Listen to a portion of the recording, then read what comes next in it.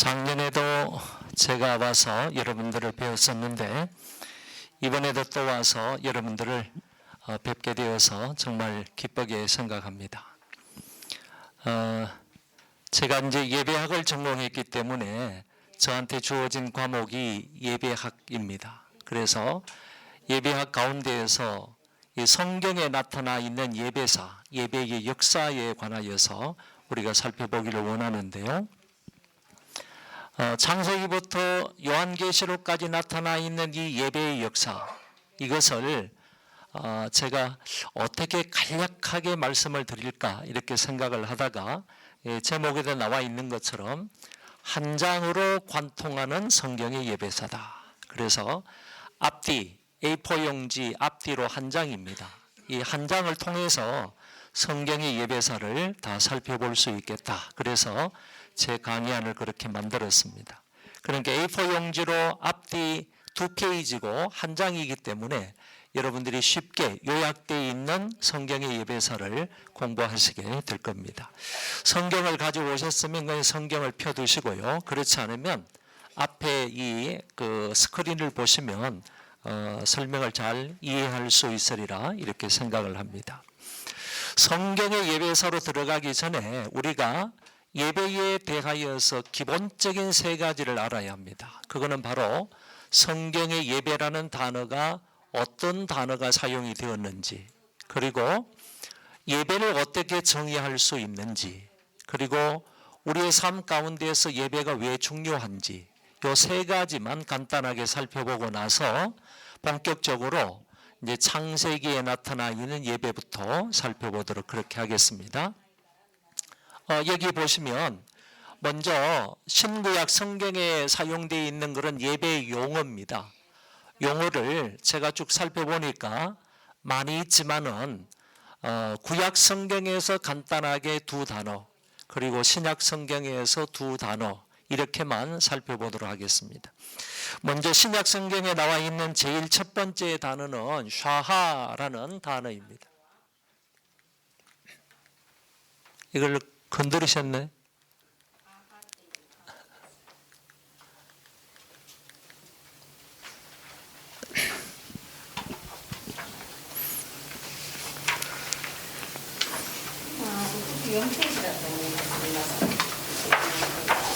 네.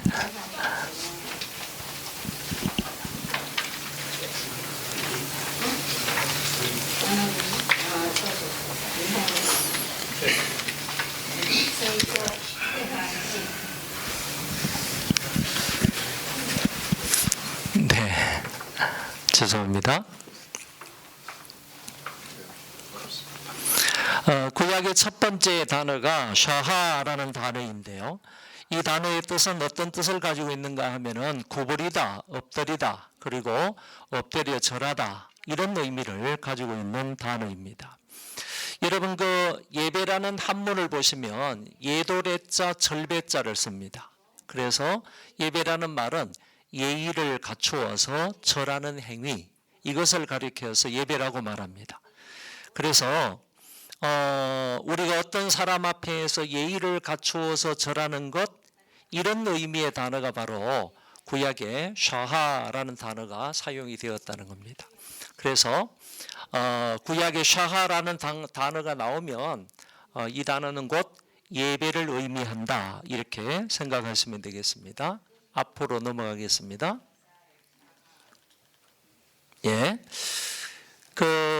그리고요.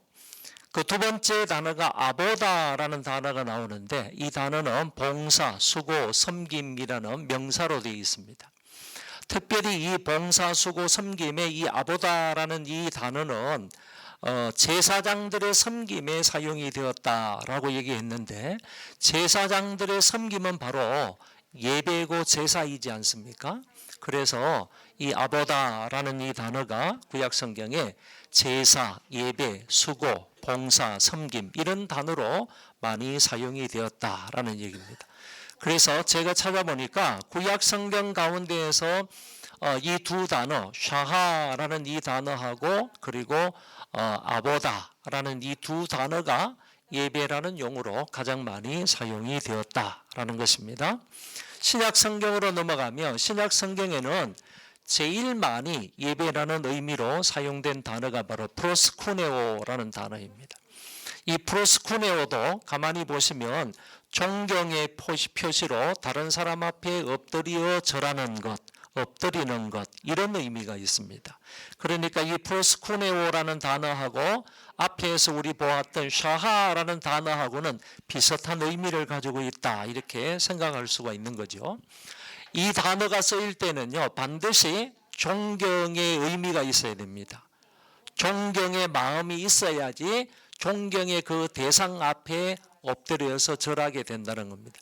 존경스러운 마음이 없으면, 또는 존경의 표시가 없으면 그 사람 앞에 엎드려 절할 수가 없겠죠. 그러니까 존경스러운 그런 분 앞에 겸손하게 엎드려 절하는 행위를 가리켜서 프로스쿠네오라고 한다. 근데 성경에 찾아보니까요, 이게 이제 마태복음 2장을 이제 예를 들어놨는데, 마태복음 2장에는 어떤 내용이 나오는가 하면은 동방박사들이 와서 집에 들어가 아기 예수가 누워 있는 것을 보고 그 아기 예수께 굴어 엎드려 경배하는 모습이 나옵니다. 이때 사용된 단어가 바로 프로스쿠네오라는 단어입니다. 여러분, 여기에서 좀 잠깐 생각해 봐야 할 것이 하나 있는데, 그 동방박사들은 어디에서 왔나요? 동방에서 왔죠. 동방박사들은 어디에서 왔느냐 하면 동방에서 왔습니다. 그러면 예루살렘 지역 또는 유대 지역의 동방이라고 말하는 것은 어느 지역일까? 이것을 학자들이 이제 많이 이제 공부를 하고 연구를 해서 말하는데, 대부분 저쪽에 그 페르시아 지역의 수산궁 쪽에서 왔을 거다, 이렇게 주장하는 사람도 있고, 그렇지 않고 이제 이 바벨론 지역에서 왔을 거다, 이렇게 주장하는 사람도 있습니다. 그래서 대부분은 그 두 가지 설이 있지만은, 저는 이 동방이라는 것은 바로 바벨론 지역, 갈대아 우르 지역에서 왔을 거다, 이렇게 생각을 합니다. 그 많은 그런 증거들이 있습니다.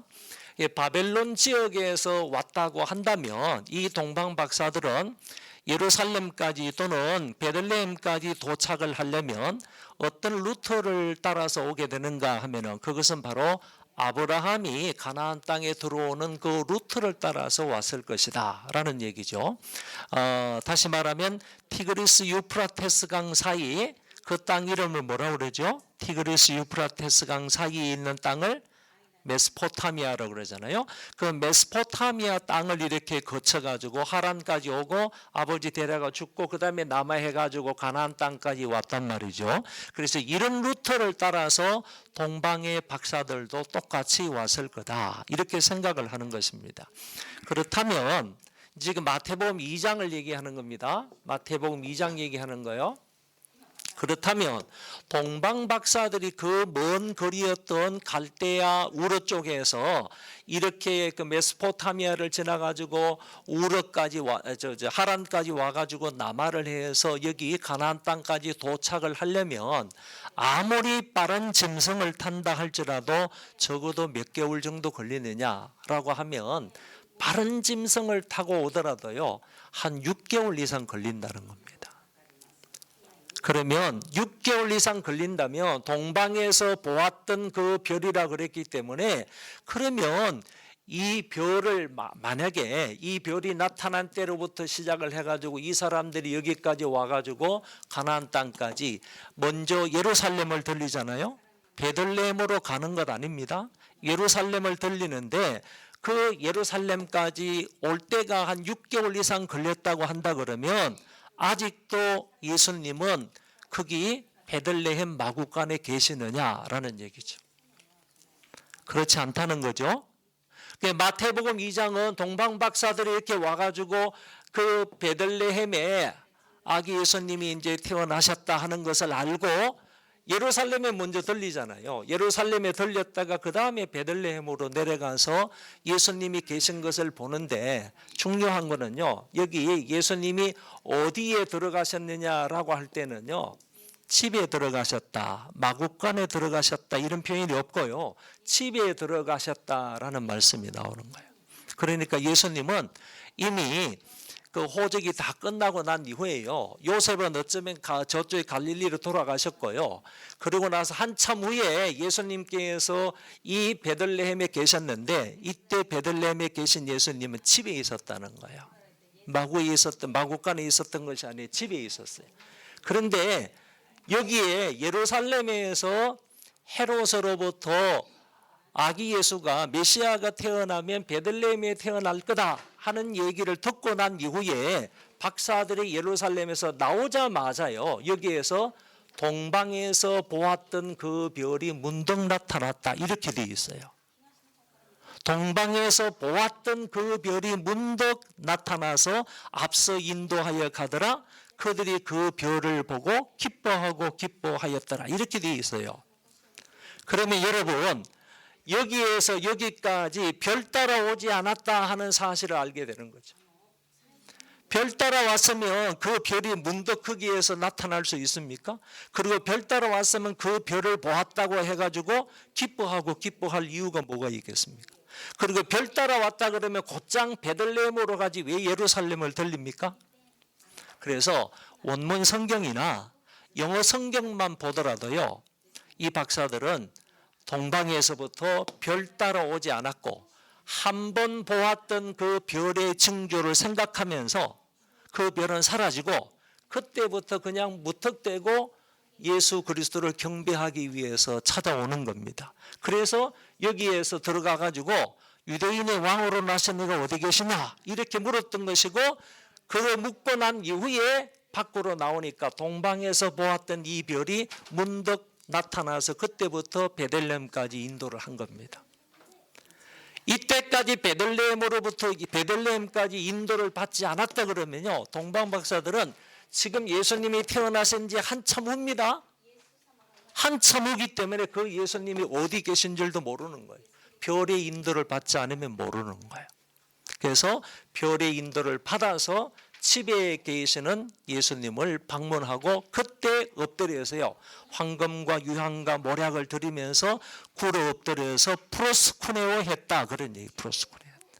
프로스쿠네오 했다. 존경의 가치가 있는 그분에게요 납작 엎드려서 굴에 엎드려 절을 했다 이런 얘기가 되는 것입니다. 여러분, 이때의 박사들은요 천문학자들이라고도 말하죠, 그렇죠? 그런데 요새는요 천문학자보다 더 유력한 사람은 뭐냐 하면은 족장들이었을 거다, 아니면 한 민족의 왕이었을 것이다 이렇게 말해요. 족장 아니면 왕이었을 것이다 이렇게 추측하는 사람들이 훨씬 더 많아요. 그런 증거를 대면서 만약에 그렇다 그러면 이 사람들은 족장들입니다. 족장들이 왕이에요. 그런데 지금 요 예수는요 성경의 마태복음 2장에는 아기라고 그랬어요. 아기. 근데 마태복음 2장에 나타나 있는 이 아기는요 우리가 잘 아는 대로 헬라어에는 파이디온이에요. 파이디온은 무슨 뜻인가 하면은 이거는 영차일드라는 얘기예요. 무슨 얘기죠? 베이비가 아니라는 거예요. 파이디온이라고 쓰고 있는 이 아기라는 말은 마태복음 2장에 나온 이거는 파이디온이라는 헬라어를 쓰고 있기 때문에 영어 성경 전체 다요 영차일드라고 번역했지 베이비라고 번역하지 않아요. 그런데 누가복음 2장에는 누가 방문을 하고 누가 경배를 합니까? 누가복음 2장은 그 베들레헴 근처에 있는 목동들이 경배를 해요. 그런데 목동들이 아기에게 경배했는데 이때 아기는요 파이디오네라는 말을 쓰지 않는다는 거예요. 브레포스라는 단어를 쓴다는 거예요. 브레포스. 그런데 이 브레포스라는 단어를요 영어 성경에는 전부 다 베이비라고 한다는 거예요. 여러분, 우리 한글 성경에는 마태복음 2장이나 누가복음 2장을 동일하게 아기라고 표현을 했지만은요 원문 성경은 다르게 표현하고 있어요. 영어 번역 성경도 다 다르게 번역하고 있어요. 이런 것을 통해서 우리가 알게 되는 거는요 마태복음 2장의 아기 예수님이요 누가복음 2장에 나타나 있는 아기보다 훨씬 더 성장한 아이라는 얘기예요. 성장한 아이라는 거예요. 적어도 1살 반 내지 2살 미만의 아기 예수님이었을 거다, 이렇게 얘기를 하는 거예요. 그래서 헤롯 대왕이요, 베들레헴에서 2살 아래의 모든 아이들을 죽이라고 말했던 거예요. 만약에 그때도 베이비라고 한다 그러면요, 아주 가난해 있는 다 죽여라, 이렇게 말했을 수도 있어요. 그런데 이 사람이 추측을 하는 거지요. 그 사람이, 그 아기가, 그 메시아라고 말하는 그 자가 태어나가지고 지금까지 자랐으면 1년 반이나 아니면 2살 좀 못 됐을 것이다. 넉넉 잡아서 2살 아래의 모든 아이들을 죽여라, 이렇게 명령을 내렸다, 그런 얘기가 됩니다. 제가 여기에서 말씀을 드리고자 하는 것은요, 동방 박사들은 어디에서 왔느냐 하는 문제하고 그들은 별 따라오지 않았다. 저희 교회에서는 그 동방박사 세 사람 별 따라왔도다, 별 따라오지 않아서 그 찬송을 부르지 않습니다. 좀 성경적이지 않다, 그래가지고 저는 이제 그 찬송을 부르죠. 그리고 중요한 거는요, 이 동방박사들이 경배했던 그분이 누구냐라는 거예요. 그분 존경을 받을 만한 가치가 있냐 이거지. 왕이면서요, 족장이면서 이 아기 예수에게요, 2살짜리도 안 된 그 아기 예수에게 꿇어 엎드려서 경배했다니까요. 그리고 당신은 왕이고 존귀한 분입니다 라는 의미로 황금과 유황과 모략을 주는 거예요. 여러분 잘 살펴보세요. 황금과 유황과 모략은요, 아무나 가질 수 있는 그런 보물이 아니고 아무나 받을 수 있는 보물이 아니라는 거죠. 그거는요, 여러분 시바 여왕이 솔로몬 왕에게 갖다 바쳤던 그 모든 보물들을요, 딱 셋으로 구분을 하라 그러면 황금, 유황, 모략이에요. 그러니까 시바 여왕 정도 되니까 그런 보물을 가질 수 있다는 거고, 그리고 솔로몬 정도 되니까 존경의 가치가 있는 그분 정도가 되니까 그분에게 황금과 유황과 모략을 드렸다는 얘기죠. 그러니까 족장이고 왕이었던 동방 박사들이 와가지고 황금과 유황과 모략까지 드리면서 그 앞에서 꿇어 엎드려가지고 프로스쿠네오 했다는 것은 예수를요, 아기 예수를요, 메시아로 알았다는 거예요. 하나님의 아들로 알았다는 거예요. 그러니까 그 정도로 존경스러운 분으로 알고요, 그 앞에서 프로스쿠네오를 했다. 이거를 제가 좀 강조하기 위해서 좀 설명을 드렸습니다. 그리고요, 여기 요한복음 4장에도 가보세요. 요한복음 4장에 가보면요, 예수님이 가끔 하나님은 영이시니 예배하는 자가 영과 진리로 예배할지니라 그랬잖아요. 그렇죠? 여러분 영과 진리라 그랬잖아요. 영과 진리로 예배할지니라, 이렇게. 중요한 단어가 영과 진리이기도 하지만요, 할지니라라는 단어예요. 할지니라에 해당하는 단어가요, 데이라는 단어예요. 데이라는 단어를요, 우리가 말해 당위동사라고 그래요. 당위동사. 당위동사가 뭐냐 하면은 영어로 말하면 oughto예요. 반드시 해야 된대요. 하나님 앞에 예배하는 사람은 반드시 영과 진리로 예배해야 된다. 예배해야만 한다. 이런 뜻을 가지고 있는 낱말이에요. 여러분 당위동사가 들어가면 항상 우리는 생각을 해야 돼요. 제가 지난 달인가요?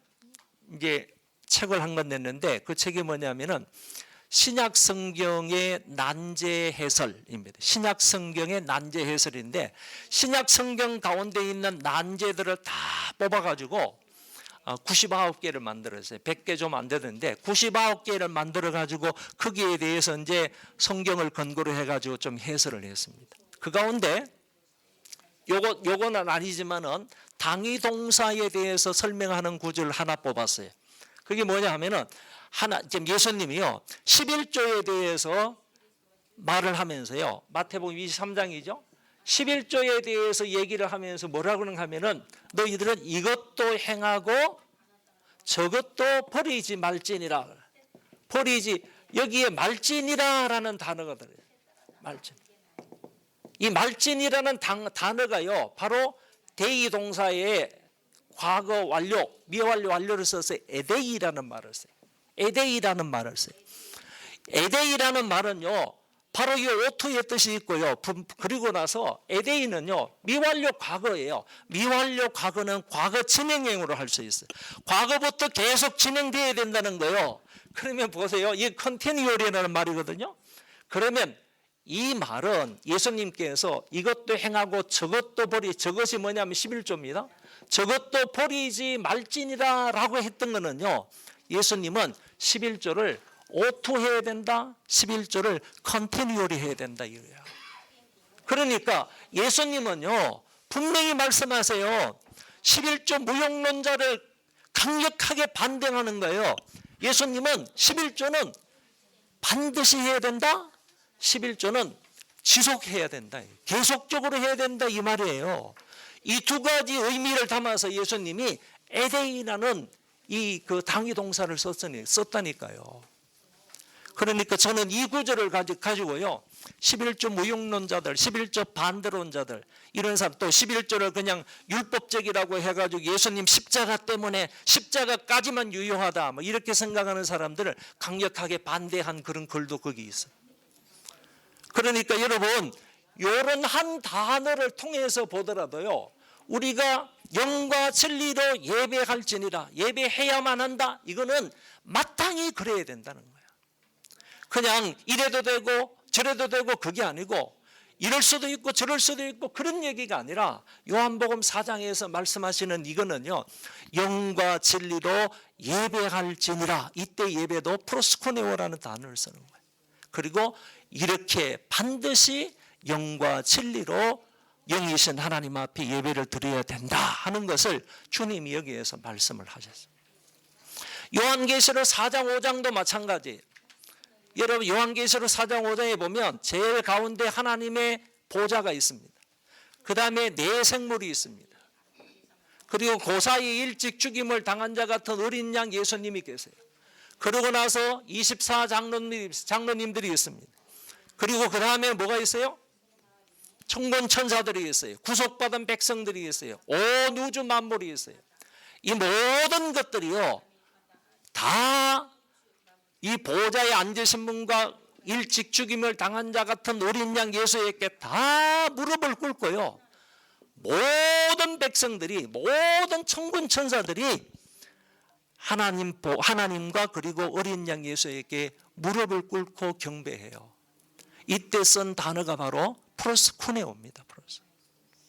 그러니까 존경의 가치가 있는 분에게요, 엎드려서 절하는 겁니다. 절하는 겁니다. 이걸 가르쳐서 저는요, 천상 예배라고 하는데, 오늘 저와 여러분들의 예배가, 천상 예배가 지상화되어야 되는 거예요. 오늘 우리의 예배 현장에 일어나야 된다는 거죠. 그리고 우리 지상 예배가요, 천상화되어야 돼요. 그걸 닮아가야 되는 거죠. 왜 그래야 되는가 하면은, 오늘 우리가 지금은 이 땅에서 좀 미완성의 예배를 드리지만은, 불완전한 예배를 드리지만은요, 언젠가는 천상 예배를 드려야 할 사람들이에요.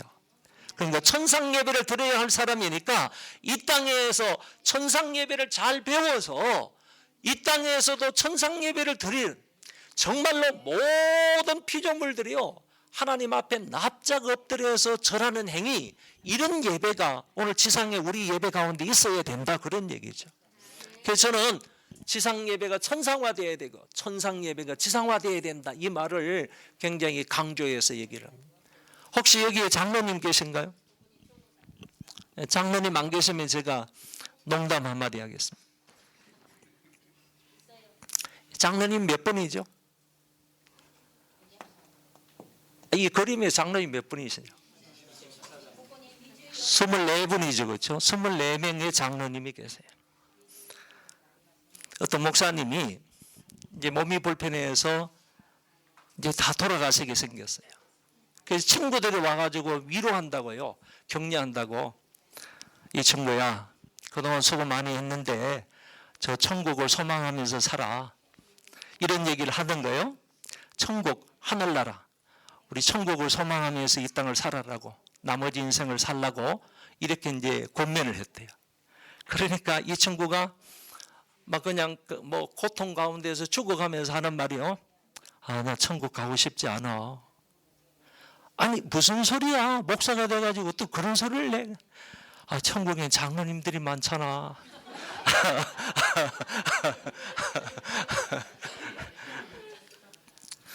이분이 목회를 하면서 장로님들 때문에 꽤 고생을 하신 것 같아요.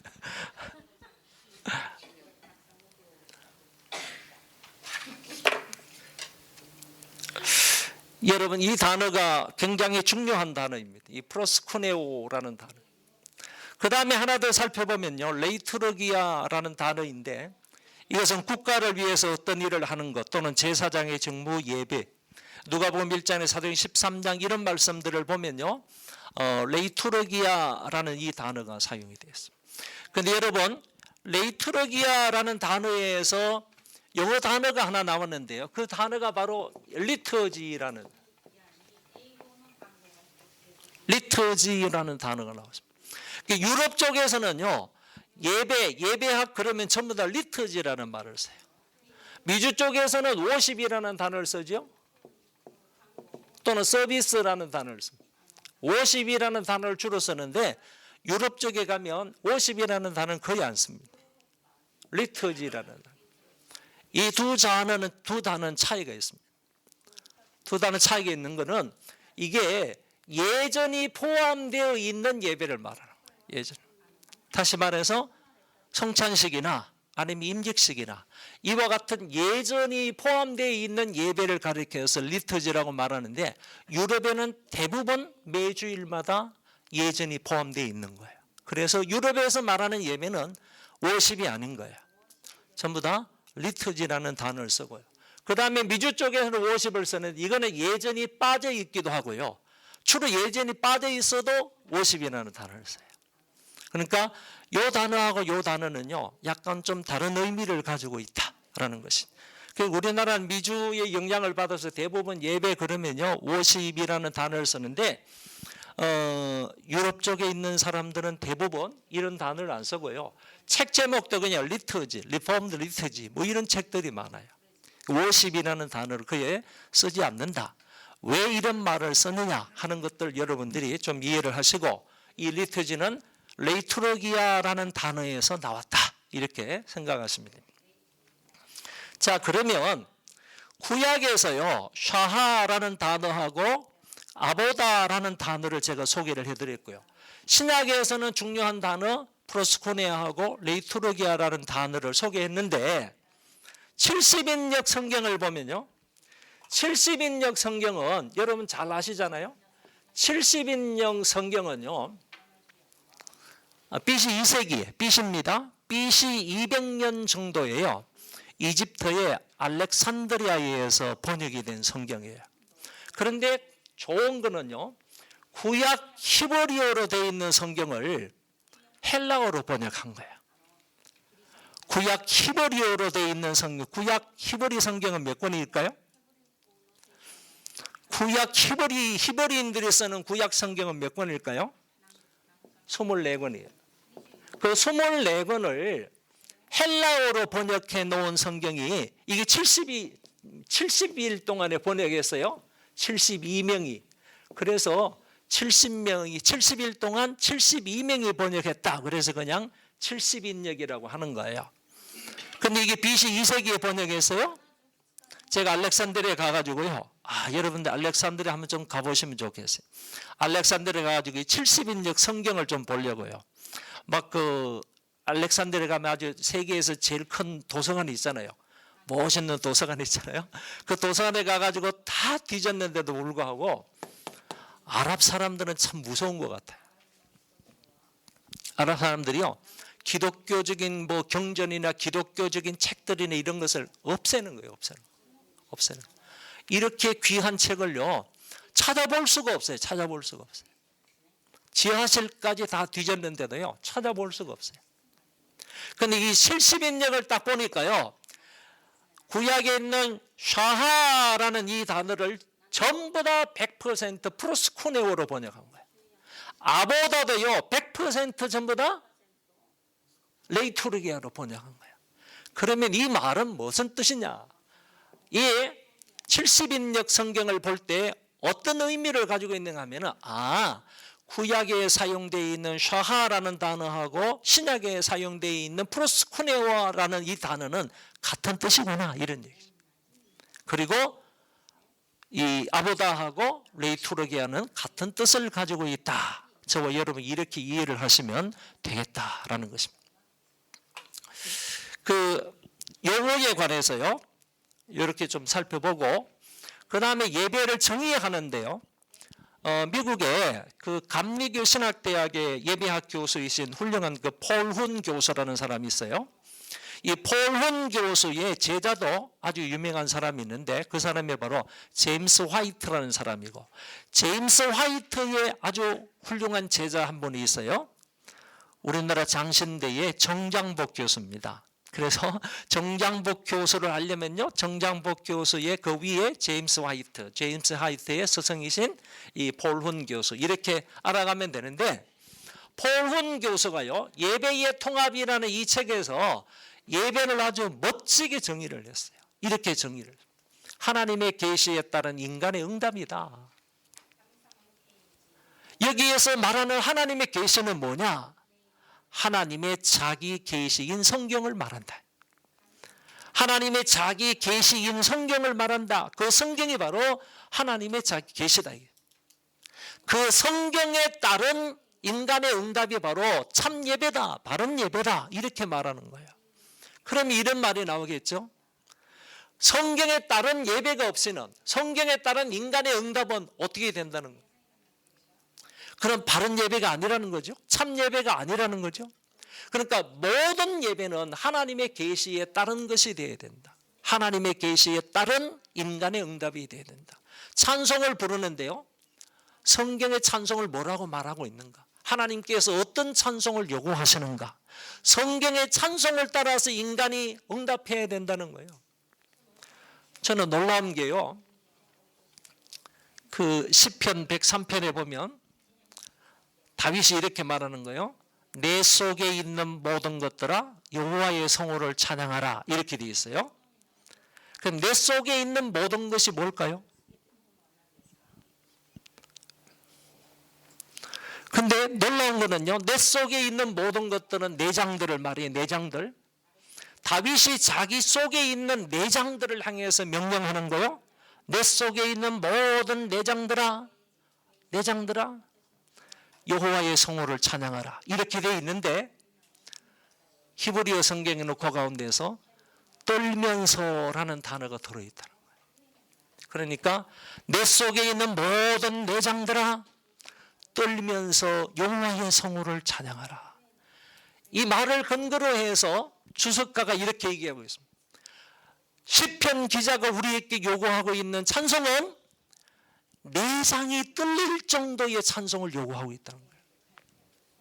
야, 이 말을 제가 들으면서요, 제 가슴이 벌렁벌렁 하더라고요. 우리가 그동안 수없이 찬송을 찬송했는데 내 내장이 떨릴 정도로 여호와 하나님의 성호를 찬양한 적이 있느냐 이거죠. 그런데 시편 기자는 그렇게 요구하고 있는 거예요. 내 속에 있는 모든 내장들아 떨면서 여호와의 성호를 찬양하라. 우리가 하나님 앞에 찬송할 때요 정말 내장이 떨릴 정도로 여호와의 성호를 찬양해야 할 것 같습니다. 제가 이런 얘기를 중국에 있는 그 교회의 지도자들이 한 400명 나와가지고 옛날에 감신대학에서 세미나를 했던 적이 있어요. 찬송에 대해서 제가 설명했던 적이 있는데 이 얘기를 했어요. 하나님이 우리에게 요구하는 찬송은 이런 정도의 찬송이다. 그러고 난 이후에 중국 사람들이 제일 좋아하는 4분의 4박자로 나오는 그 찬송을 한번 불러보자. 다 400명 다 이렇게 서가지고 한번 불러봤는데요. 중국 사람들 목소리도 크고 막 찬송할 때도 열정적으로 하잖아요. 오래 하고 그러잖아요. 그런데 그때요. 그 중국에서 오신 그 리더분들이 한 400명이 정말로 뜨겁게 막 이 내장이 떨릴 정도로 찬송하는데 막 이게 뭐 천장이 덜썩덜썩 하는 것 같아요. 제가 아주 큰 감동을 받았어요.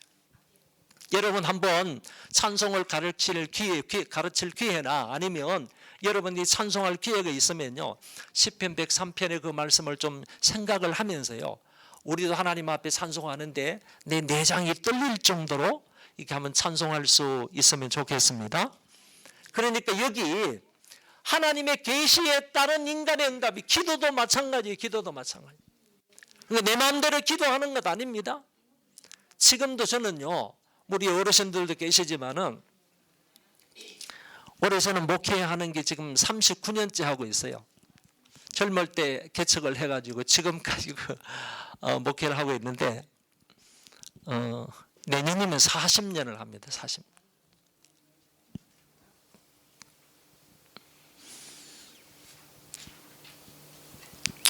예, 40년 목회하신 분 계신가요? 혹시 모르겠어요.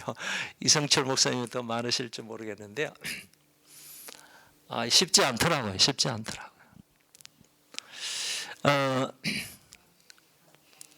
지금도요, 다음 달에 예배위원들은 제가 마지막 수요일에 다 모아놓고 교육을 합니다. 주일낮 1부, 2부, 3부니까 1부, 2부, 3부, 청년 예배까지 4부까지 기도자들을 다 불러 모으고, 수요 기도자들 다 불러 모으고, 그다음에 헌금위원들도 다 불러 모으고, 그리고 뭐 토요일, 금요일 날 만약에 기도를 한다면 기도위원들 다 불러 모으고, 하여튼 다음 달 한 달 동안에 기도하는 모든 청년 회원들까지 다 기도 준비위원들, 기도 이제 맡은 사람들 다 불러가지고 매달마다 바로 수요일 날 저녁에 예배 마치고 나서 그 사람들 1시간 동안 기도만 교육을 합니다.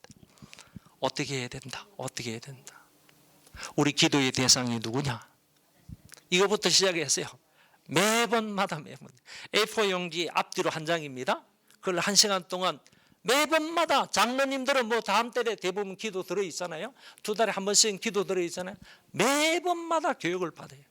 그 교육을 안 받고 기도를 한다 그러면 토요일까지 기도문을 써가지고 저한테 제출해야 됩니다. 그게 검사를 받아요. 장로님들이 불만이 좀 많죠. 그래도 40년 동안 그걸 계속 해오고 있어요. 30년 돼도 계속 해오고 있습니다. 하나님의 계시에 따른 인간의 응답으로서 기도해야 돼요. 하나님께서 말씀해 주시고 예수님께서 가르쳐 주신 대로 기도해야 된다. 여러분, 기도는요, 성령의 능력을 힘입어서 중보자 되시는 예수 그리스도의 이름으로요, 아버지 하나님 앞에 기도하는 거예요. 이게 신약에서요, 모범된 형태예요. 신약 성경이 가르쳐주는 모범된 형태가요, 성령의 능력을 힘입어서요, 예수 그리스도 이름으로 아버지 하나님 앞에 기도하는 거예요. 기도의 대상은요, 아버지 하나님이에요. 아버지 하나님. 기도에 있어서는요, 삼위일체 하나님이 분명하게 구분이 돼요. 분명하게 구분이 돼요. 그 위가 분명하게 구분이 된다니까. 이거 없으면 안 돼요. 이거 없으면 안 돼요. 이런 부분들을 통해서요, 하여튼 지금도 성경에 따른 인간의 응답으로서 기도해야 된다 하는 거, 그런 것을 이제 가르치고 있고요. 근데 만약에 이 폴론 교수가 말하는 것처럼 참된 예배는 하나님의 계시에 따른 인간의 응답이어야 된다, 이렇게 말했다면 하나님의 계시가 없는 인간의 응답은 뭐예요? 그게 골로새서 2장 23절의 말씀이더라고. 그게 will worship이야. will worship. 자의적 숭배야. 자의적 숭배. 그러니까 하나님의 계시가 없는데 자기 마음대로 예배의 대상을 고안해놓고 자기 마음대로 그 방법대로 만약에 예배를 드린다, 이거를 사도 바울은 골로새 교인들에게 말하기를 이게 자의적 숭배다. 이게 자의적 숭배다. 계시에 따르지 않은 인간의 응답은 자의적 숭배다. 존 칼빈은 이것을 주석을 했는데 뭐라고 그런지 아세요? 자의적 숭배는 곧 우상 숭배다, 이렇게 말했어요. 무서운 것 아닙니까? 하나님의 계시에 따른 인간의 응답으로서 예배가 아니면요, 그거는 자의적 예배가 되는 거고, 자의적 예배는 하나님을 예배하는 게 아니라 우상 숭배라는 거예요. 우상 숭배라는 거예요. 이 폴훈 교수의 예배에 대한 정의를 우리가 좀 마음 깊이 새겨야 할 필요가 있습니다. 두 번째는 짱자크 폰 알멘 교수인데요, 이 장 자크 폰 알멘 교수는 스위스 뇌사텔 대학의 예배학 교수입니다. 이 사람의 그 예배학 교과서가 이건데, 예배의 신학과 그 실제라는 책인데 1980년도에 우리나라에 번역이 되었습니다. 이 사람의 이 책이 번역이 되고 나서요, 한국 사람들이 아주 되게 좋아했습니다. 폰알멘 교수의 이 예배학 교과서를 굉장히 좋아했습니다. 왜 그랬는가 하면은 이 사람은 예배가 축제가 되어야 된다라고 했던 사람이에요. 그래서 이때부터 시작해서 80년대부터 시작해서 이 사람의 책이 소개되고 난 이후부터 시작을 해서요, 한국계에도 예배가 축제가 돼야 된다, 예배가 축제가 돼야 된다, 이런 말들이 굉장히 많이 나왔습니다. 정장복 교수도 이것을 매우 이제 주장을 했고요. 그런데 여기 보면요, 알멘 교수가 예배가 뭐냐라고 했을 때 구속사의 재현이다. 재현이라는 말은 다시 나타낸다는 말, 리빌 한다는 얘기죠. 구속사의 재현이다. 구속사라는 이 말은요, 성부 하나님이 인간을 구원하기로 계획하신 거하고, 성자 하나님이 인간을 구속하셨고요, 성령 하나님이 그 구속한 것을 우리에게 적용시키는 것, 이 역사를 가리켜서 구속사라고 말해요. 리뎀티브 히스토리라고 그러죠. 구속사라고 말해요. 이거는 화란에 오스카 쿨만이라는 사람이 제일 첫 번째 사용했던 단어입니다. 오스카 쿨만이라는 사람이 이 구속사라는 말을 썼는데, 구속사에 대해서 가장 잘 표현되어 있는 성경이 에베소서 1장이에요. 그래서 에베소서 1장에 보면 제가 조금 전에 말씀을 드린 것처럼 하나님이 선택하시고 예수님께서 구속을 이루시고 성령께서 그 구원을 인간들 속에 적용시키는 그런 부분들이 명확하게 기술이 되어 있습니다. 그런데 그 구속사를 다시 나타내는 것이 예배다 이거지. 설교할 때도요, 하나님의 구원 계획에 대해서 설교할 때 있지 않습니까? 예수님이 오셔서 구원을 성취하신 것도 있지 않습니까? 성령께서 우리 안에서 그 구원 사역을 적용시키는 거 있지 않습니까? 그걸 설교할 때마다요, 설교할 때마다 우리는 구속사를 다시 재현하는 거예요. 그런데 이 알멘 교수가 구속사를 가장 잘 재현할 수 있는 것은 바로 성찬식이다 이렇게 말했어요. 그러니까 성찬을 통하여서요, 구원 역사를 가장 잘 나타낼 수가 있다 이렇게 말한 것을 이 책에서 볼 수가 있습니다. 그래서 제가 간단하게요, 예배를 이제 정의하라면 폴훈 교수가 말하고 있는 예배 정의, 그리고 알멘 교수가 말하고 있는 예배의 정의, 이 두 가지 정도는 우리가 기억을 하시면 좋겠다. 한 가지 더는요, 조금 이따가 제가 나오면 설명을 하도록 하겠습니다. 그럼 세 번째, 이제 예배의 역사로 들어가기 전에요, 기본적인 그 세 가지를 지금 우리가 좀 생각해 보고 있는 겁니다. 그 세 번째가 예배의 중요성인데요. 예배가 왜 중요하냐라고 말하면 첫 번째는요, 창조의 목적이기 때문에 하나님께서 저와 여러분들을 창조해 주신 1차적인 목적이 우리를 통하여서 예배를 받으시고자 함이라는 거예요. 특별히 우리 인간을요, 당신의 형상대로 지어 주신 것은, 만들어 주신 것은요, 더더구나 우리를 통하여서 영적으로 교제하며 그 하나님을 예배하기 위해서 우리를 만들어 주셨다 이런 얘기고요. 두 번째는 구속의 목적, 예수 그리스도를 통하여 저와 여러분을 구원해 주신 이거 1차적인 목적도 우리를 통해서 예배를 받으시고자 합니다. 이사야서의 말씀이 뭐 이렇게 나옵니다. 야곱아 이스라엘아 내가 너를 조성하였고 내가 너를 구속하여 불렀나니. 여러분 보세요. 뭐라고 그랬죠? 내가 너를 조성했다, 창조했다는 얘기죠. 내가 너를 구속했다, 구원했다는 얘기죠. 그러면 창조와 구속의 목적이 뭐냐? 내가 너를 구속했다, 내가 너를 창조했다, 조성했다, 그러므로 너는 내 것이다 라고 말하면서 23절 정도에 가서 말하기를 이 백성은 나의 찬송을 부르기 위해서 지었다 라고 말씀하고 있어요. 이 찬송을 확장해서 말하면 예배라고 할 수가 있어요. 그렇기 때문에 이 백성을 내가 창조하신 목적이 뭐고 내가 구속하신 목적이 뭐냐? 이 백성을 통하여서 예배를 받으시고자 함이다 이렇게 말할 수가 있다는 얘기죠. 여러분, 하나님이 모세를 통해서 이스라엘 백성 바로 왕에게 가가지고 지속적으로 하는 말이 있어요. 이동원 목사님이 잘 사용하죠. 이동원 목사님이 그 이제 막 시리즈 있잖아요. 성경 시리즈 그거 이제 강의할 때 그런 얘기 많이 하셨죠. 그 하나님께서 모세를 통하여 바로 왕에게 가가지고 지속적으로 강조하고 있는 말, 그 말은 바로 내 백성으로 가게 하라. 그들이 나를 광야에서 섬기리라. 이 말이잖아요. 그렇죠? 여러분, 내 백성으로 가게 하라. 내 백성이 애굽에서 나오는 것은 신학적으로 뭐라고 하죠? 구원이라고 말해요. 구원이라고 말해요. 그러면 구원의 일차적인 목적이 뭐냐? 저들이 광야에서 나를 섬기기 위함이다. 서비스하기 위함이다. 워십하기 위함이다. 이게 바로 구속의 목적이 하나님 백성을 하나님 백성 만드시는 목적이 하나님 앞에 예배를 드리기 위함이다라고 말할 수가 있습니다. 여러분, 우리가 잘 아는 것처럼요, 로마서의 구절을 보세요. 로마서 1장부터 16장까지 있는데 1장부터 11장과 12장과 그다음 16장 이렇게 둘로 나눌 수 있지 않습니까? 이거는 이신칭의를 말해요. 이신칭의를 말해요. 그럼 다시 말해서 믿음으로써 의롭다함을 받는다. 이거를 줄기차게 강조해요. 그런데 12장부터 16장까지는 뭐냐 하면 실천입니다. 행함이에요. 행함. 구원을 받은 사람은 어떻게 살아가야 되느냐 이거잖아요. 구원받은 사람, 의롭다함을 받은 사람은 이렇게 살아가야 된다. 이걸 말하면서요, 12장 1절 2절에서 뭐라고 말하죠? 영적 예배에 대해서 얘기한다는 거예요. 예배에 대해서 얘기한다는 거예요. 무슨 얘기죠?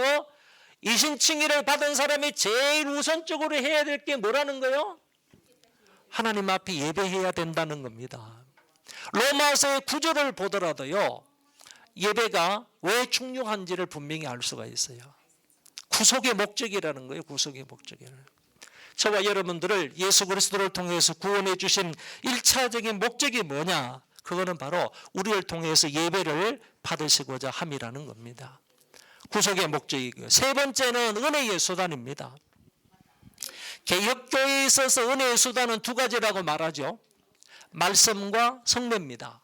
그런데 칼빈의 기독교 강요에서는 하나를 더 해요. 기도 들어갑니다. 그래서 우리 개혁교회에서는요, 대부분 그냥 말씀 그리고 성례, 기도 요 세 가지가 은혜를 받는 수단으로 생각을 해요. 여러분, 이거 없이는 은혜를 받을 수 없어요. 은혜가 없이는 우리가 살아갈 수 없잖아요. 그렇죠? 은혜 아니면 살아갈 수가 없네 그러는데 은혜 없으면 살아갈 수 없어요. 그러니까 말씀 듣지 아니하면 은혜 받을 수 없는 거고, 성례에 참여하지 않으면 은혜 받을 수 없는 거고요. 그 다음에 기도하지 않으면 은혜 받을 수 없는 거예요.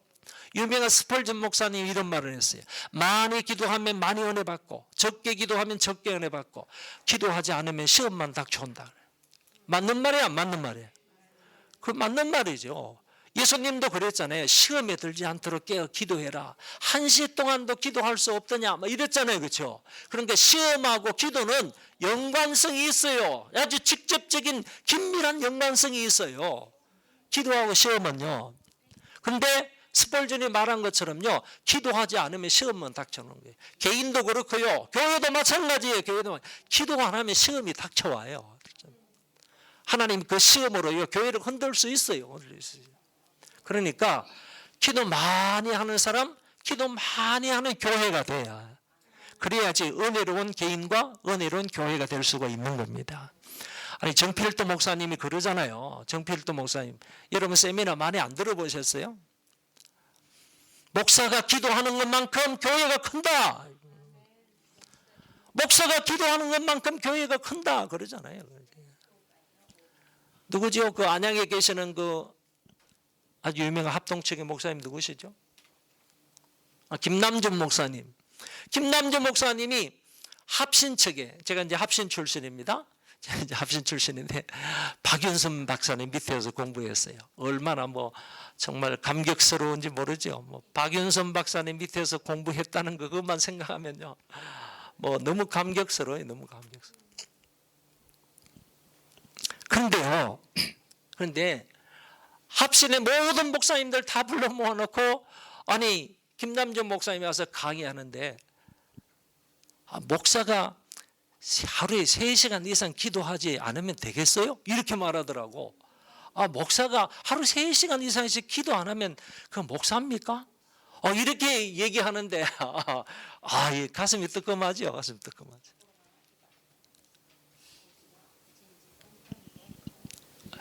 하루 3시간 이상씩 기도해야 된대요. 어쩌면 선교지에서는 더 해야 되지 않겠어요? 뭐 영적인 신랄한 전쟁터니까 이 선교지에서는 더 해야 하지 않을까요? 김남준 목사님이 그런 얘기를 하시다는 거. 하루에 3시간 이상씩은 기도해야 목사이지 않냐, 뭐 이렇게 얘기를 하시더라고요. 여러분, 기도하지 않으면 시험만 닥쳐옵니다.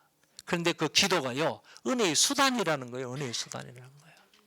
이거를 통해서 우리 인간이 은혜를 받을 수 있어요. 하나님의 말씀을 통해서, 성례를 통해서, 기도를 통해서 은혜를 받을 수 있어요. 그런데 여기에서 말씀드리고자 하는 것은 말씀과 성례와 기도가 다가 어디 있습니까? In worship입니다. 예배 안에 다 있습니다. 예배 안에 말씀이 있습니다. 예배 안에 성례가 있습니다. 예배 안에 기도가 있습니다.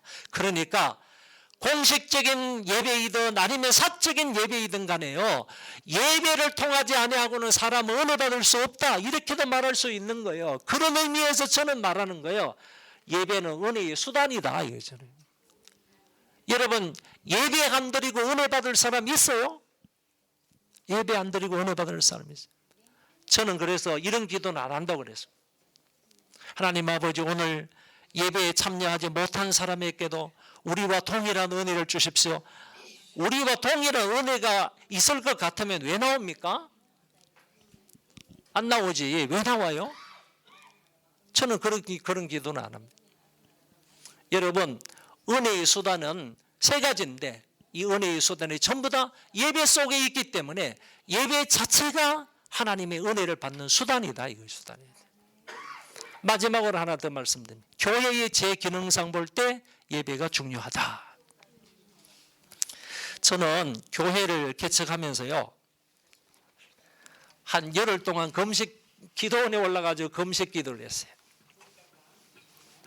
금식 기도를 하면서 어떤 교회를 세워야 되겠는가, 어떤 교회를 좀 설립을 해야 되겠는가, 그거를 이제 고민하다가요, 대학노트 한 권을 가지고 올라가서요, 열흘 동안 이제 금식을 하면서 그걸 몇 등분으로 나누어 가지고, 자, 내가 행정을 어떻게 하고, 그 다음에 설교는 어떻게 하고, 그리고 인사는 어떻게 하고, 재정은 어떻게 하고, 이거를 좀 대학노트 몇 등분으로 나누어 가지고 주제를 하나씩 달아놓고요, 기도하다가 필요하면 인사는 이렇게 해야 되겠다 생각나면요, 그게 와가지고 막 쓰는 거예요. 막 쓰는. 설교는 어떻게 할까? 설교는 주일 낮 설교는 이렇게 하고, 수요일 설교는 이렇게 하고, 금요일 설교는 이렇게 하고, 새벽 설교는 이렇게 하고, 이렇게 해서 막 써놓는 거예요. 그러니까 나중에 그걸 다 정리했어요. 정리해가지고 나눈 겁니다. 나눌 때요, 뭘 생각을 했는가 하면 이걸 생각을 했어요. 하나님이 내가 설립하고자 하는 이 교회가 해야 할 사명이 뭘까? 하나님께서 내가 설립하고자 하는 이 교회를 통하여서 하나님이 하시고자 하시는 일이 뭘까? 그거를 생각한 거예요. 나는 교회를 개척해서 이것만 잘하면 되지 않겠나. 하나님이 내가 교회를 설립해서 하나님이 하시고자 하시는 일, 하나님이 우리 교회에 주신 그런 사명, 이것만 평생에 걸쳐서 목회하면서 잘하면 되지 않겠나, 이렇게 생각합니다. 하나님이 우리 교회에 주신 사명만 충실한다면 내 사명은 끝나겠다, 이런 생각에서 그때부터 이제 요 생각을 한 거예요. 삼각형을 생각한 거예요. 정삼각형을 생각한 거예요. 이때 제 나이가 28입니다. 28살에. 28살에. 정삼각형의 세 변의 길이는 정삼각형의 세 변의 길이는 같다. 그 한 변의 중심점을 찍으면 요 세 점을 있게 되면 한 정삼각형 안에 몇 개의 정삼각형이 생긴다?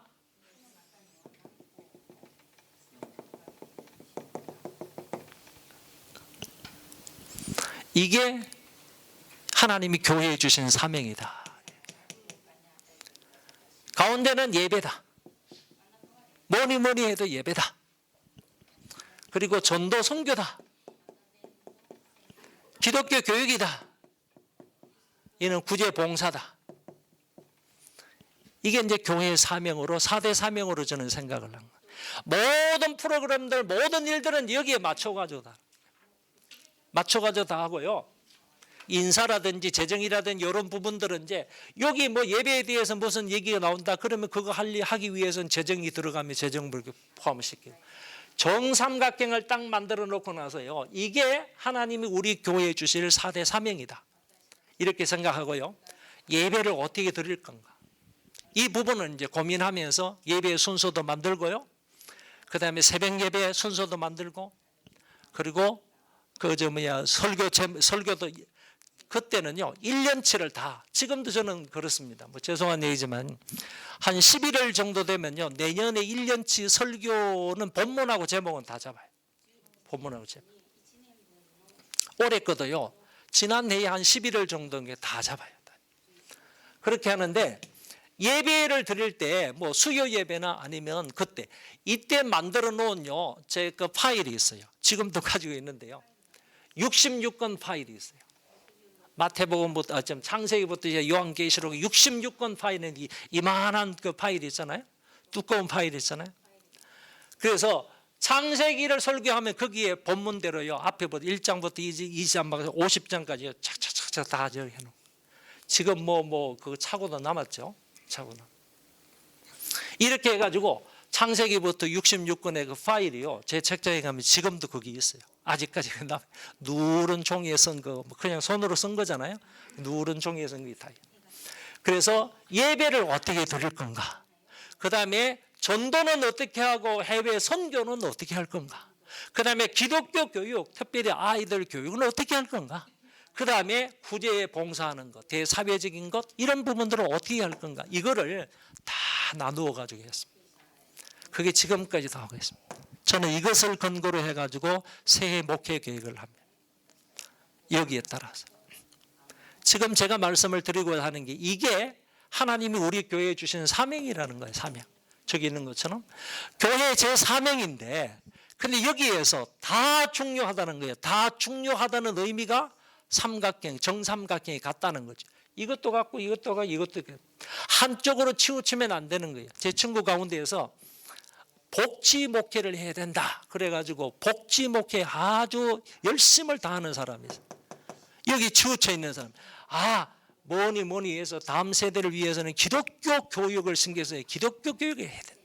그 다음에 또 요새는 뭐죠? 선교적 교회를 해야 된다. 뭐 이래가지고 각각 나름대로 어떤 부분을 강조해서 얘기하는데 저는 예배학을 전공했지만은요 예배를 강조하기는 강조해요. 1년에 한두 차례는 제 예배학 교과서를 가지고 성도들 교육하거든요. 기도 훈련을 교과서를 가지고 훈련하거든요.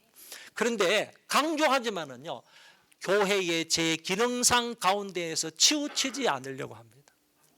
몇 년 전에요, 좀 됐네요. 그 기독교 윤리 실천 운동 본부에 손봉호 교수님이 계시잖아요. 그 교회에 이제 기관에 우리 교회를 의뢰했어요. 의뢰를 해봤다니까 컨설팅을 해봐라. 와가지고 우리 교회 모든 걸 조사해봐라. 설교하는 거, 구제하는 거, 봉사하는 거, 선교하는 거, 예배드리는 거, 기독교 교육하는 거. 일주일 동안 거기에 전문가들이 와가지고 모든 거를 이제 자료는 다 주고요. 다 조사를 한 거예요. 그 교수들이 이걸 조사를 해가지고 다 발표를 했어요. 이 교회는 이런 부분에는 뭐가 장점이고 몇 100점 만점에 얼마를 줄 수 있고 여기는 어떤 장점이고 여기는 얼마 이렇게 쭉 했는데 요 점수가 제일 낮더라고요. 요즘 60 몇 점, 64점인가 뭐 이 점수가 제일 낮아요. 제일 낮아요. 그러면 낮은데 다른 데 비해서 이 점수가 낮은데 요 부분을 끌어올리기 위해서는 대안까지 두는 거예요. 대안까지. 그쪽 교수들이 대안을 다 제시해 주는 거예요. 이거를 따라 가지고 우리가요. 그 다음에 적시로요. 인근 지역에 있는 지체 부자유자들하고 자매계를 맺었어요. 자매계를 맺어 가지고 모든 그 구역에서요. 봉사활동이 있으면 여기 가가지고 빨래 해주고요, 뭐 청소해주고요, 아니면 그 생일잔치 해주고요. 이 사람들 잘 나갈 수가 없으니까 야외 구경시켜주고요. 이런 일들을 한 거예요. 지금 뭐 꽤 오래됐죠. 한 10년 정도 너무 지났어요. 이거를 했어요. 그 중간쯤에요. 그 교수님하고 통화를 해보고 그러니까 이 대안대로 이 구제하고 봉사하는 이런 일이 조금 높아졌을 것이라고 하면서 얘기해 주는 부분을 제가 들었거든요. 이거를 컨설팅을 해보니까요. 그 뭐 전문기관이 나와가지고 컨설팅을 해보니까 이런 부분들이 나와요. 나와. 그래서 이런 것들을 좀 부족한 부분들을 보충해가지고 좀 더 건강한 교회로 갔으면 좋겠다. 이제 이런 바람을 가지고 있는 거예요. 제가 좀 잔소리가 옆으로 새나간 그런 부분이 많았는데 죄송해요. 얘기하고자 하는 것은 이거예요. 교회의 제 기능상 볼 때요. 예배가 왜 중요하냐라는 거거든요. 여러분 잘 들어보세요. 여러분 교회가 전도하지 아니하고 선교하지 않아도 교회는 교회입니까? 여러분 교회가 전도 안 해도 교회는 교회인가요? 선교 안 해도 교회는 교회인가요? 교회는 교회죠. 교회는 교회죠. 저희 교회는 죄송해요. 1년에 한 600명 정도 전도가 됐을 때가 있어요. 500명, 600명 정도 전도가 됐어요. 저희 교회 지금 파송 선교사가 한 10명 되는데요. 10명인데 일본에만 3명이 있어요. 이 나라에 3명만 있어요. 홍도표 선교사, 박두희 선교사, 그다음에 윤준수 선교사. 뭐 저쪽에 어디 있죠? 저쪽에 동경이 있고, 그다음에 나고야에 있고요. 그다음에 다음 주 저는 한 주간 동안 나고야에 와야 돼요. 나고야에 또 선교 집회 있어가지고 두 팀이 있어서 선교 집회하러 와요. 그러니까 뭐 고베에 있는 그 홍도표 선교사가 아주 뭐 선교를 잘하고 있고요. 그러니까 일본에만 이제 3분 있는데 조금 이제 편중됐어요. 뭐 다른 나라에 이제 계시고. 근데 선교를 안 해도요, 교회는 교회일 수 있냐 이거지. 그 다음에 기독교 교육이 잘 안 돼도 교회는 교회이냐. 저희들 아이들만 해도요, 죄송해요. 정말 이렇게 말하는 건 죄송해요. 주일학교 아이들만 출석하는 인원이 600명이 넘어요. 아이들 출석하는 인원만 600명이 넘어요. 근데 기독교 교육이 잘 안 돼도 교회는 교회일까요? 교회는 교회예요. 자, 구제 봉사가 잘 안 돼도 교회는 교회예요. 그런데 예배 안 드리는 교회 봤어요? 예배 안 드리면 그 이상 교회는 아니에요. 예배 안 드리는 그거는요, 교회가 아니라니까요. 그래서 여기에서 저는 이런 말을 써요. 예배라는 것은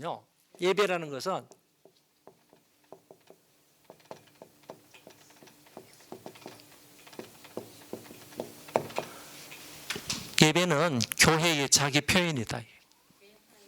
한번 따라합시다. 예배는 교회의 자기 표현이다.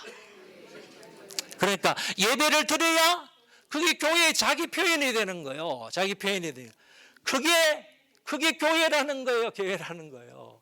예배는 교회의 자기 표현이에요. 자기 표현. 그러니까 이런 면에 있어서 볼 때요, 교회의 제 기능상 볼 때에 다른 기능보다도 예배가 중요하냐 안 중요하냐 이 문제지요. 예배가 중요하다는 거예요. 교회의 제 기능상 볼 때에 예배는 이처럼 중요하다라고 말할 수가 있다, 그런 얘기입니다. 그래서 예배가 왜 중요하냐 물으면 이 4가지를 얘기하면 되는 거예요. 나를 창조해 주신 목적이기 때문에 그렇고, 나를 구속해 주신 목적이기 때문에 그렇고, 은혜 받는 수단이기 때문에 그렇고, 교회의 기능상 볼 때 예배가 중요하다 하는 점을 여러분이 꼭 기억을 하시고, 나도 인식을 하고요, 우리 교인들 선교지의 대상들에게도 이런 것을 좀 가르치면 좋겠다, 이렇게 생각을 합니다. 자, 오늘 본격적으로요, 예배사에 들어가기 전에, 이제 성경의 예배사로 들어가기 전에 한 3가지 사항을 여러분들에게 좀 조금 헷갈리면서 좀 말씀을 드린 것 같아요. 그러니까 좀 이해를 하시고, 이게 수업이 9시까지인가요? 몇 시까지? 50분간입니까? 그렇습니까? 뭐 한 10분 정도 남았는데요. 잠깐만 하고 마치도록 하겠습니다. 구약의 예배는요, 여러 개로 나눌 수 있는데 제일 처음에는 족장들의 예배입니다. 족장들의 예배. 족장들의 예배 가운데에서 제일 처음은요, 창세기 4장에 나오는 가인과 아벨의 예배입니다. 그래서 성경 가운데에서 제일 첫 번째 예배라는 말, 제사라는 말이 나오는 것이 바로 창세기 4장이다 하는 점입니다.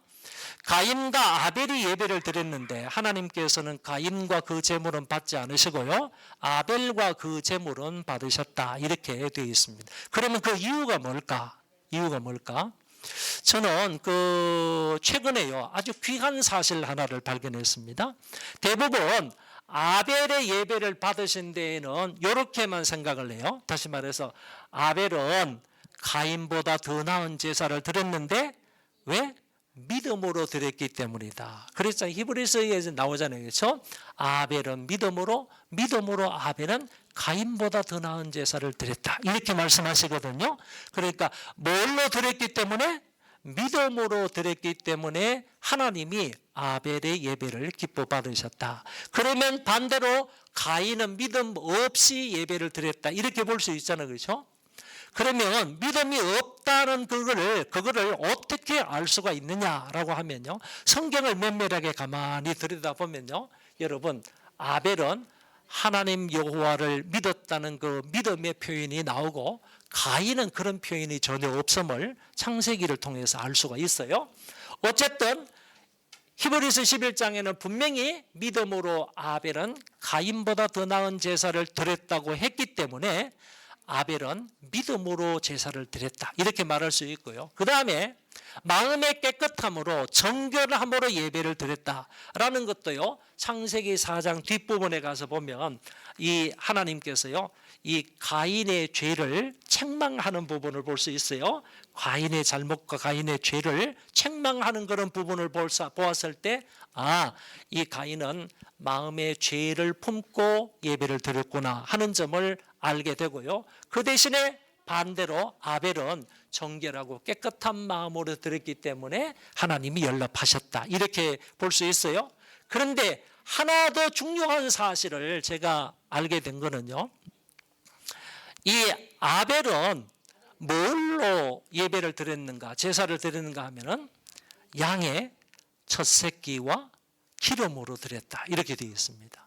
양의 첫 새끼와 기름으로 드렸다, 이렇게 되어 있는데 우리 한글 성경에는 양의 첫 새끼라고 되어 있지만은요, 히브리어 성경에는 양의 첫 새끼들, 이렇게 되어 있습니다. 그럼 이게 뭘 말할까요? 이거는 대부분의 주석가들은 이렇게 얘기하는 거예요.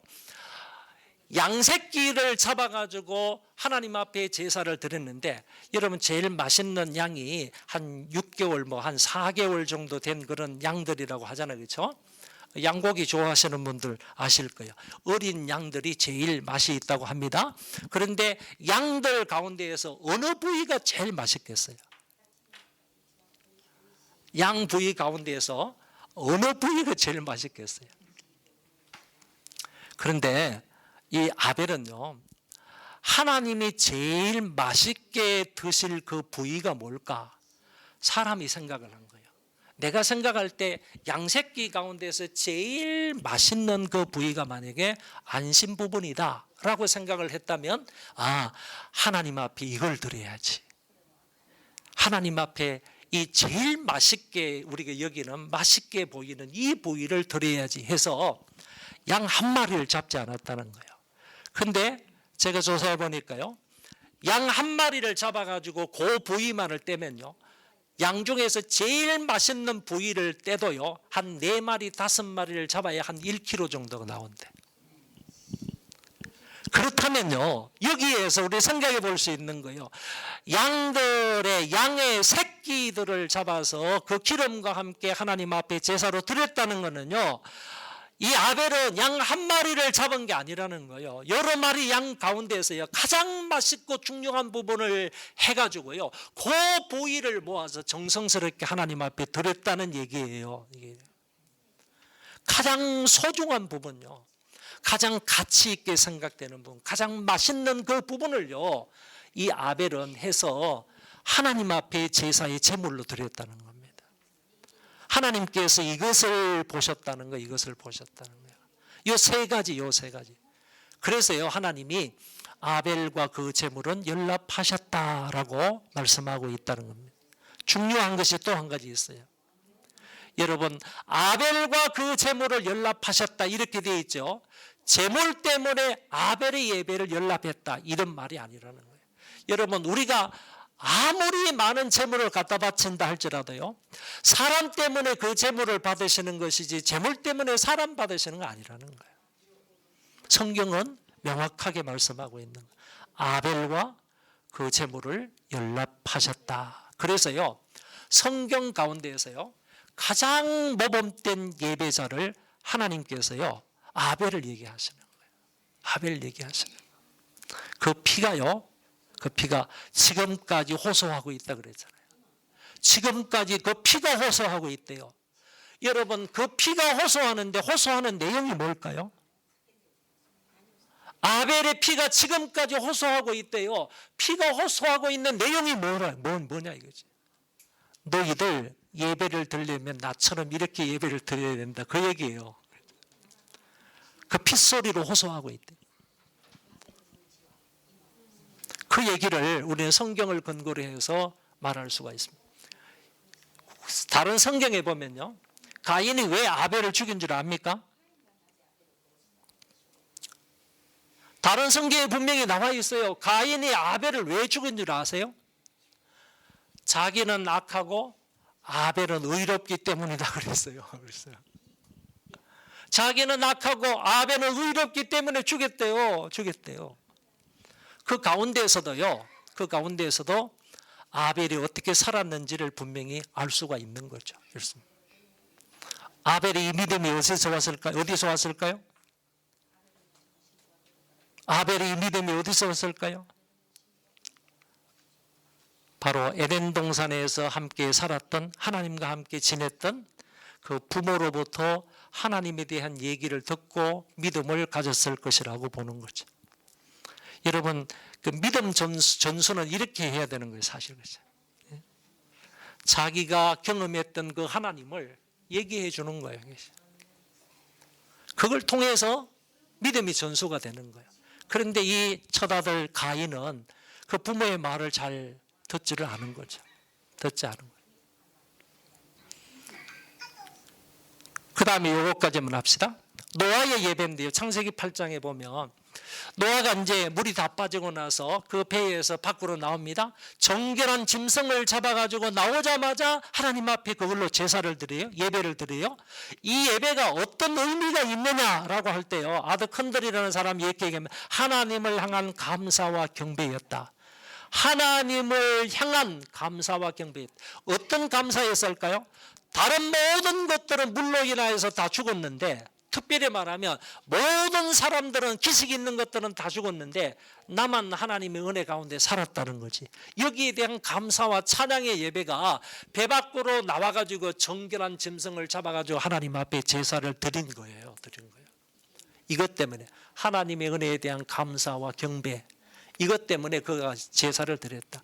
그런데 이 케일렌 델리치라는 사람은 은혜로운 보호에 대한 여호와께 감사의 표현이었다. 바로 노아의 예배가 그리했다 하는 점을 얘기를 해주고 있습니다. 그러니까 한마디로 말하면요, 이 노아의 예배는, 창세기 8장에 나오는 예배는 하나님의 은혜에 대한 감사의 표현의 예배였다. 이렇게 말할 수 있겠습니다. 자, 오늘은 여기까지 하고요.